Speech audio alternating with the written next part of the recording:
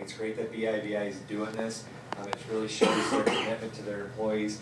Pre-shift stretching programs help to increase flexibility, increase range of motion, increase circulation, which not only helps out at work, but helps out at home too. I don't know if any of you guys have kids in high school, or remember when you were in high school, before doing wrestling, football, or basketball meets or games, everybody warms up. The reason they warm up is because athletes want their muscles to work better for them and decreases the rate of injury, okay?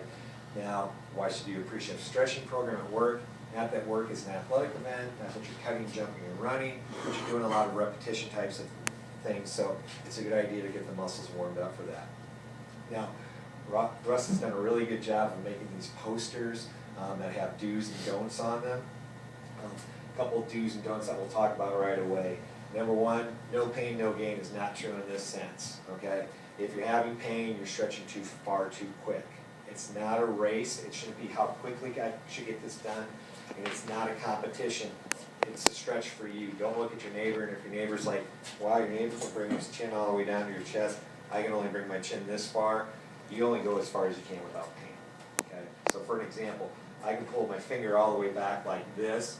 This is a bad stretch for me because it hurts, okay? So no pain, no gain, not true. Okay? On the posters it will say count, and we'll count why we're doing these.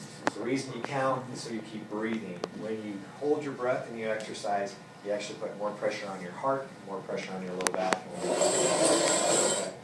As you're doing some of these stretches, especially with the neck, shoulders, knees, and backs, you probably won't be able to do it, but you might hear like a pop or a crack, like you're cracking your knuckle. Okay, there's absolutely nothing wrong with those pops and cracks as long as they're not increasing your pain. Okay, let's see, what other things do we want to talk about? Oh, if you had your doctor, if you've had surgery and your doctor has told you not to do a specific exercise, follow your doctor's recommendations.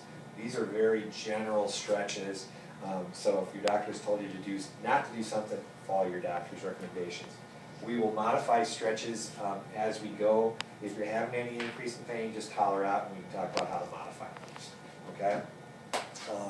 Any questions right now? And if you have questions and you don't like to ask them in a big group, you can ask for us afterwards and he knows how to get a hold of me. Okay. So we'll go ahead and get started. All you got to do is stand on up if you want to push the chairs in so you have a little bit more room on this side.